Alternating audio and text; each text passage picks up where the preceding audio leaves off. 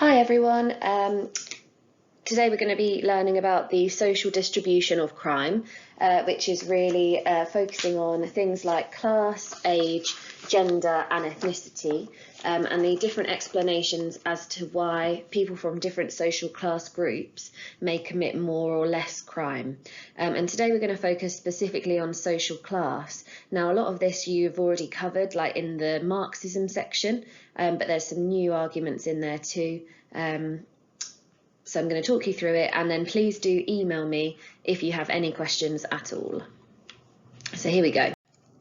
So first thing I'd just like you to do, just to get you thinking really initially, is make sure you've got an extra piece of paper with you. So pause now if you need to get extra paper, and you'll need your pack and a pen.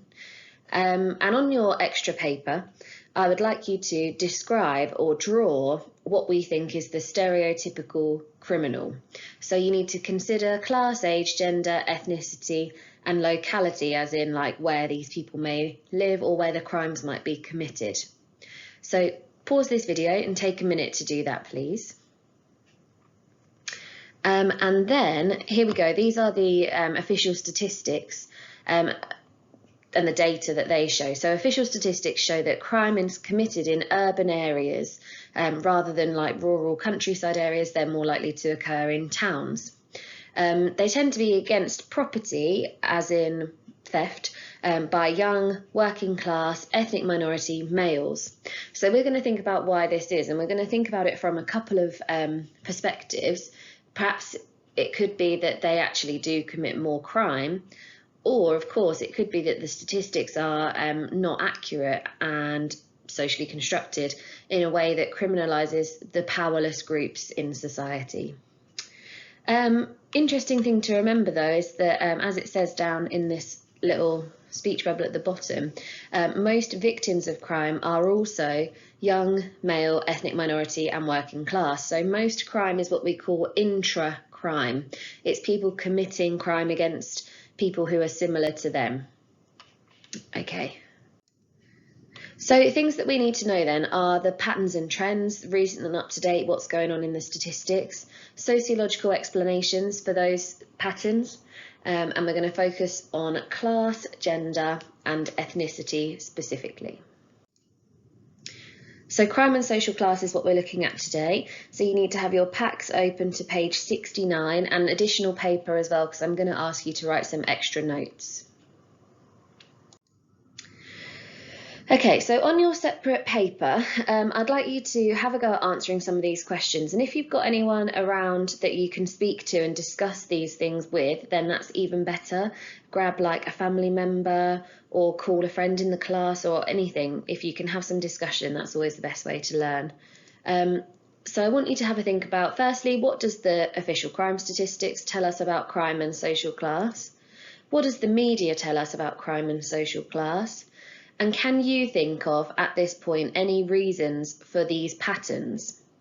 So remember I said we're thinking about the fact that perhaps they are accurate and the working class do commit more crime, or perhaps that they're inaccurate, and see if you can think of sociological explanations for both of those things. So you can maybe do a mind map of ideas that you've got already and think outside the box a bit. Think about arguments from the education topic and the families topic as well, because you could already explain why some certain social classes commit crime. So pause this video please and write some brief notes on what you already know. Okay, so as we've already mentioned, it's important to recognise that although the statistics suggest that working class people commit the most crime, middle and upper class people do commit crimes also. So in this section we're going to consider the following things: explanations of working class crime, explanations of middle and upper class crime, and the reasons why those middle and upper class crimes might be more hidden in society. So you've got a box in your pack which is asking you to write down some of the facts, and I've got some data here for you from the Prison Reform Trust. So this is sort of an independent organisation that conducts research on prisons and tries to make them better etc. So one thing to note down is that only a third of prisoners reported that they had been in paid employment in the 4 weeks before custody, before they went to prison. So this suggests that 2/3 of prisoners were unemployed. So it kind of links to that idea of them being working or underclass. 13% reported never having had a job. So that's more than 1 in 10 prisoners reporting to never have had a job. So very interesting. Also, police recorded crime statistics show that crime disproportionately occurs in poorer areas. So we've looked at this website before, but it's worth having a look again at neighbourhoods near you. And there may be some neighbourhoods that you know are known for being poorer, for example, and some that are known for being richer. And therefore you might want to have a look at the crime differences between those two areas, and you'll be able to see a difference. So make sure you do that, please. Have a look at that website and write down a couple of things about areas near you and what it kind of suggests about social class and crime. Okay. So it certainly would appear that the working class commit more crimes, and that working class street crimes, as in sort of theft, drug dealing, violence, vandalism, that kind of thing, are the most common. So sociologists have tried to explain why this might be the case. So from a Marxist perspective, we've got Gordon. And Gordon, if you remember, argues that capitalism is criminogenic, which means that it literally causes crime. And crime is a rational response to capitalism. We learned about this in Marxism. So what I would like you to do on your separate, in your pack, you've got a space to write about how this occurs, to explain this argument. It says crime is a rational response to capitalism. Capitalism is criminogenic. Explain this argument below. And I'd like you to do it following this table here and these different levels. So start by explaining what we mean by criminogenic, then explain how capitalism is criminogenic, apply it to explaining working class crime, but then think about evaluating it as well. How can you criticise this view?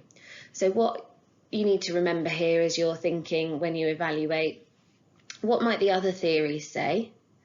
So are there any other theories that would argue against this view?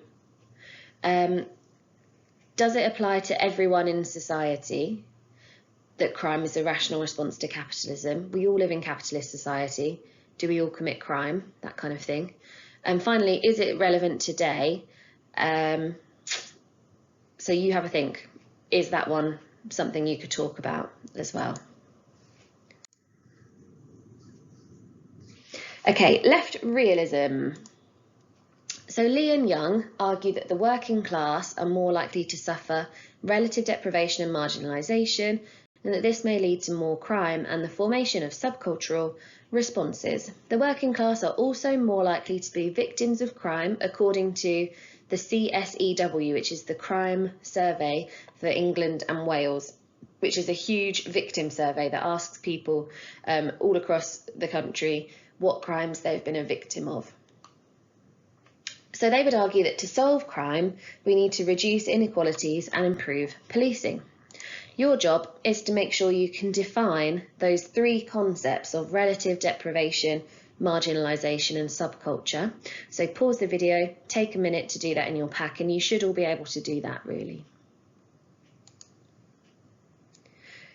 Once you've done that, I would like you to, on your separate paper, think about how each of those concepts, each of those things, leads to crime. So why does relative deprivation lead to crime, and what types of crime? Why does marginalisation lead to crime, and what types of crime? And why does belonging to a subculture lead to crime, and again, what types of crime? So do that on your separate paper, please. Pause the video and have a go. So Merton also explains working class crime with his strain theory. So you've got a small gap fill, only a few words to fit in there at the bottom of the page. And make sure you understand what each of those words mean as well. So for example, people always struggle a bit with this idea of utilitarian crime. Utilitarian crime is crime that actually sort of gains something for the person committing it, usually something of like monetary value. So it's like a practical, purposeful crime. So stealing something would be a utilitarian crime, or selling drugs to make money would be a utilitarian crime. But there are obviously types of crime which are not utilitarian, like violence, particularly if it's just sort of a crime of passion out of the blue, which is seemingly for no reason. So have a go at that gap fill. Hopefully you won't find it too complicated. Email me if you struggle at all. And then we turn over the page. So next we've got subcultural explanations, and we've got Miller, who is the sociologist who talks about focal concerns. And he argues that there are three focal concerns that the working class have, which is that they want to appear tough, they want to appear smart, and they want some excitement. So we've discussed this previously, and this means that they are likely to commit street crimes like fighting to show that they're tough, or sort of theft to show that they're smart, things like joyriding, and maybe violence again for a bit of excitement. But to evaluate, are there other ways of achieving these values without committing crime? And is it only the working class that value these things? So some sociologists have noted that appearing tough and smart and wanting a bit of excitement is actually probably something that we all want at some point. One sociologist likened it to the values that you might find in a middle-class rugby team, that they want to appear tough, they want to appear smart by using tactics, and that playing the game is a bit of excitement. Also remember we've got Matza, who argues that we all have subterranean values, so we probably all value these things, but we maybe achieve them in other ways, like playing sports, particularly extreme sports or something, or appearing tough and smart in other ways. We've then got environmental factors. So this is thinking about where crimes are committed, and it could be due to where people live, or it could be that they commit crimes outside of where they live. So it's about the locality. Shaw and McKay argue that deviant and criminal behaviours are learned via differential association within the areas that people live. So working class people are more likely to live in areas with high levels of crime, such as an area called the zone in transition, and therefore they are socialised into a life of crime. So I just wanted to explain this idea of the zone in transition with you, because I don't know if you've really gone into it very much before. So Shaw and McKay were part of a group of sociologists known as the Chicago School, and they worked specifically in Chicago, and they did some analysis of crime patterns and determined that Chicago in particular, and they thought they could apply it to all cities, but they were focusing on Chicago, that it could be divided into concentric zones. So something that is concentric is circular, like this image. So you've got here the concentric zones. It should be a full circle, I think it's just because it didn't fit on the page, but there are concentric zones whereby the central zone is the business district. So richer people will kind of commute in from the outer rings into the business district for work in the day, but nobody really lives there. Then the second zone out is the transitional zone. So this is the main one that I'm talking about here. This second one, I'm highlighting it there, the transitional zone. And this is where it's argued that people who first kind of move to a city will be maybe housed in social housing, where immigrant groups are more likely to move because they don't really know the city yet, so they kind of move into the central part. And it's probably the cheapest part because it's got a lot of deteriorated housing, factories and abandoned buildings. So in this part you have, it's called the transitional zone because there's always people moving in and out. They're in transition between sort of arriving perhaps in the in America and moving somewhere else, or they are in temporary social housing and those kinds of things. So in this area, that means that there is no real social solidarity and it's all really run down, and therefore there's more crime committed. So the working class are much more likely to live in this area because it's cheaper and it's where social housing is. And if some young people grow up there for a few years of their childhood, then it's argued that they will see crime happening around them, and via differential association, they think that that's just normal. It's what they associate with normality.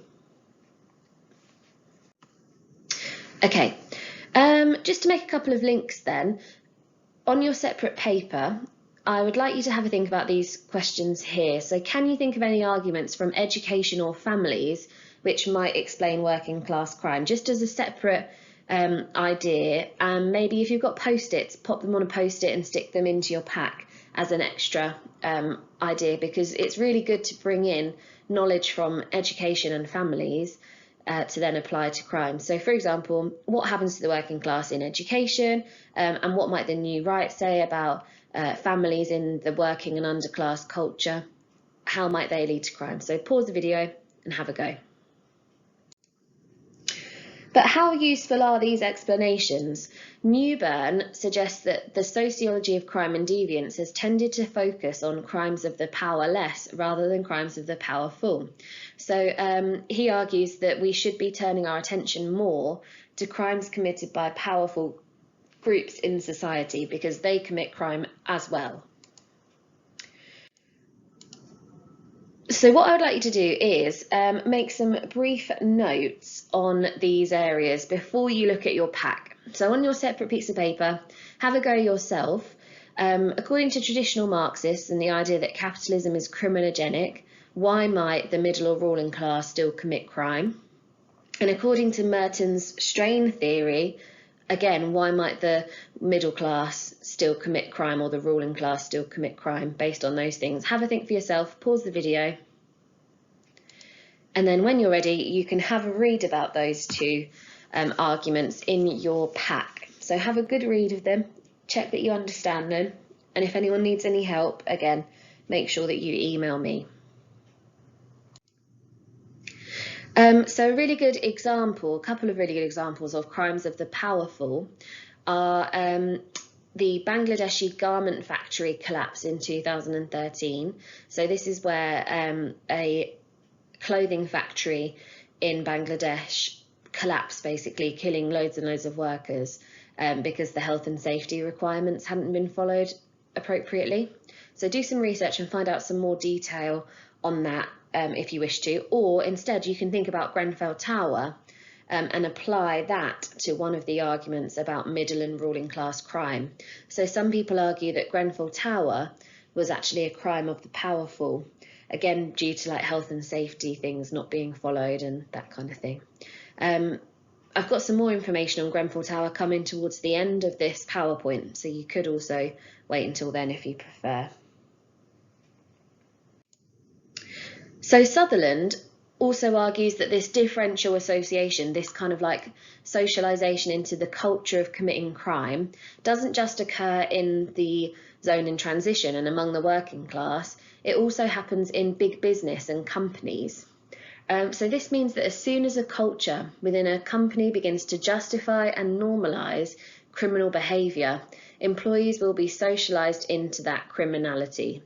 So the company might even favour and promote competitive and aggressive personality types who are willing to commit crime to be successful.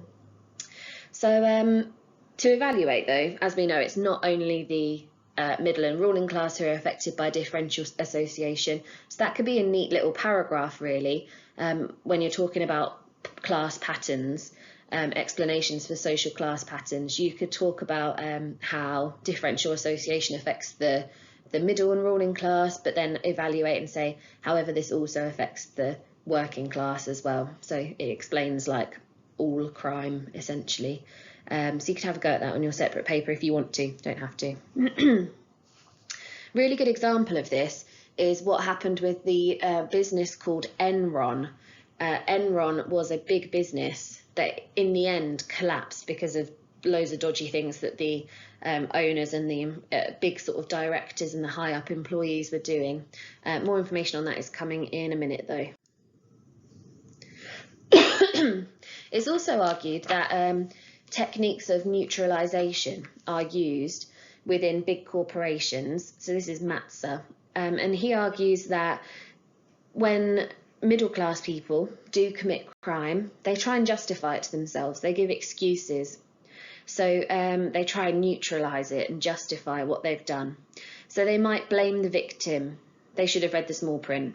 Or they might just normalise it by saying, well, everyone else is doing it, so I'm going to do it. If you've watched Wolf of Wall Street, this is a good example. They're all doing it. It just becomes normal, and it becomes praised, and it becomes like a joke. And so that's a really good example of techniques of neutralisation and also differential association. Don't write about Wolf of Wall Street in an exam, but if you've watched it, you can picture the floor of the stockbrokers or whatever it is.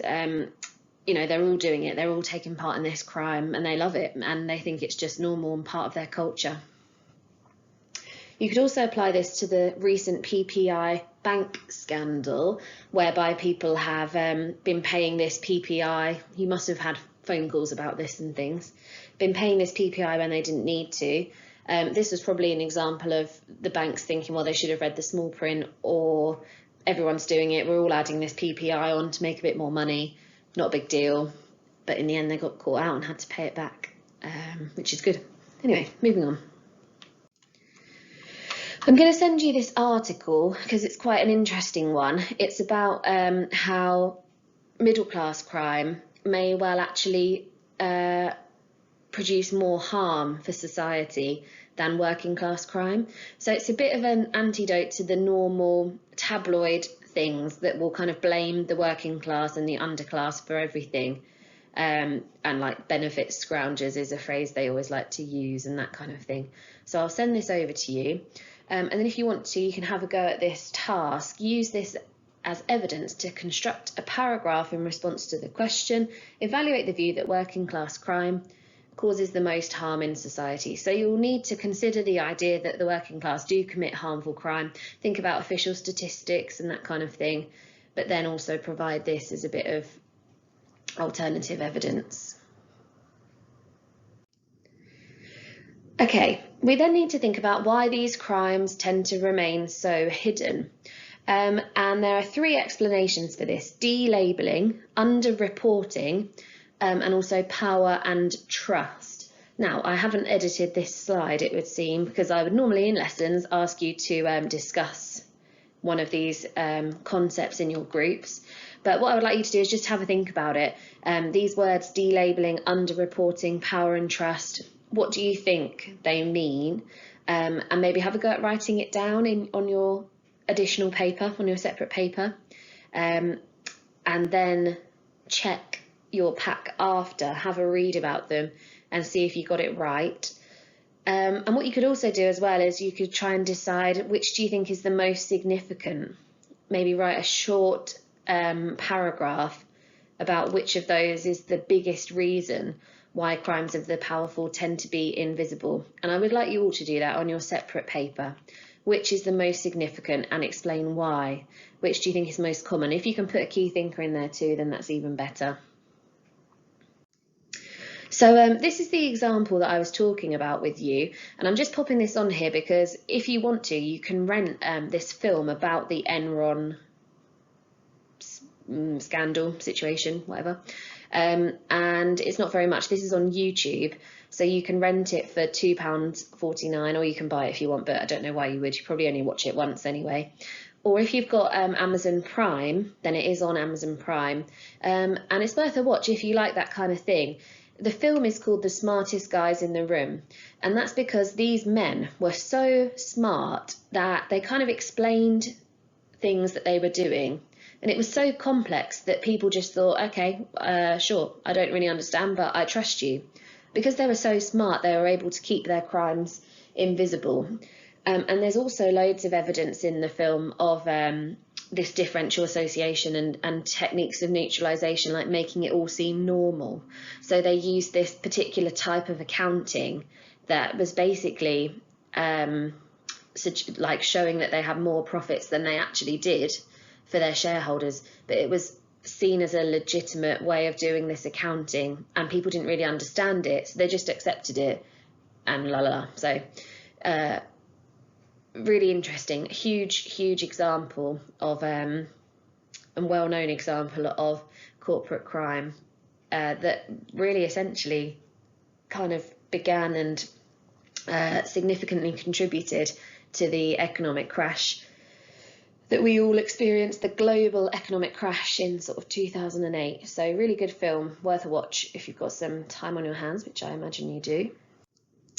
Also, it's worth looking into GP Harold Shipman. So he was a GP, doctor, and he committed some atrocious crimes by abusing his powerful position, and he managed to keep it invisible because he was a respected doctor. He killed lots of people, basically. So Google it, find out about it, and do a little bit of note-taking on how this is a good example of a crime of the powerful that's remained invisible. How useful are these explanations? Nelkin argues that it's probably an over-exaggeration of how much corporations commit crime. I actually disagree. I think they probably commit crime more than we know. But Nelkin says that they don't. Nelkin argues that businesses probably actually try not to commit crime because they need to maintain a good reputation, basically. Also, they do make really sweeping generalisations about the different classes, without recognising that there are, some working class people who are really poor and desperate but don't commit crime. There are also middle class people who are and ruling class who are in this culture with these techniques of neutralisation, and they still don't actually commit crime. So you've got a little bit of space at the bottom of page 71. I'd like you to write some notes to that effect, that there are still people that don't actually commit crime, thinking specifically about the theories that might criticise this, the idea of making generalisations and the idea that people don't have their own free will. So there are two theories you could use there. Have a think and write down some ideas. And that brings us to the end of the social class section. So you can do a little bit of consolidation for this. Make sure you've done your key concepts on page 72 to check your knowledge of the key terms. Fill in the key thinkers list, which will help give you kind of like a simplified overview of all of the different arguments. I've then got some additional research and some exam questions. So Grenfell Tower, crime of the powerful. This is one way that you could structure your research to give kind of a bit more detail. So think about what happened and when, why and how did society, the government and the media react, how could this be seen as a crime of the powerful, then also link it to a sociological theory. So you don't have to do this, I'm not going to check that you've done it, but if you want to, this is a good way of structuring your research to give it a bit more detail. I'm also going to send you this argument, so this is one particular point of view that it's worth reading about. David Lammy calls it corporate manslaughter. You can see here, corporate manslaughter. So I'll send you that argument and that article, and you can have a read of that, see what you think. On here, this is different theories and how they might interpret what happened with Grenfell Tower in 2017. So pause the video and have a good read, maybe make some notes on this, worth having notes on. These are some ideas of questions you could be asked on this topic. So you could be asked for reasons why the working class appear to commit more crime. I won't read them all out, but these are the kind of areas you could be asked questions on. So you can probably create your own sort of 10 markers based on these general areas, like outline and explain 2 reasons why working class appear to commit more crime, for example. And here we have an example of a 30 marker. Lovely 30 marker for you. It's a bit of a tough one, but if you wish to have a go at it, then do. You can plan it and send it over if you want, or you can write it in full, and I will get that back to you. Okay, thanks very much everyone. Hope this has been helpful for you. Don't forget to email me if you have any questions. Thanks.